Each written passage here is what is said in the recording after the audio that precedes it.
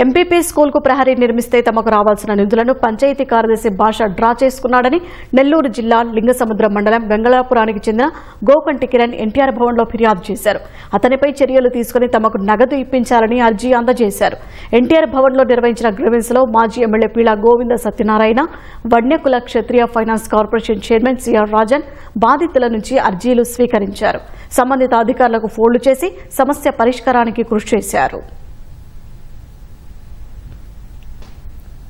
నెల్లూరు జిల్లా సార్, మాది మా స్కూల్ ప్రహరీగోడ ఎంపీపీ స్కూల్ ప్రహరీగోడ కట్టాము. 2018లో కట్టడం జరిగింది.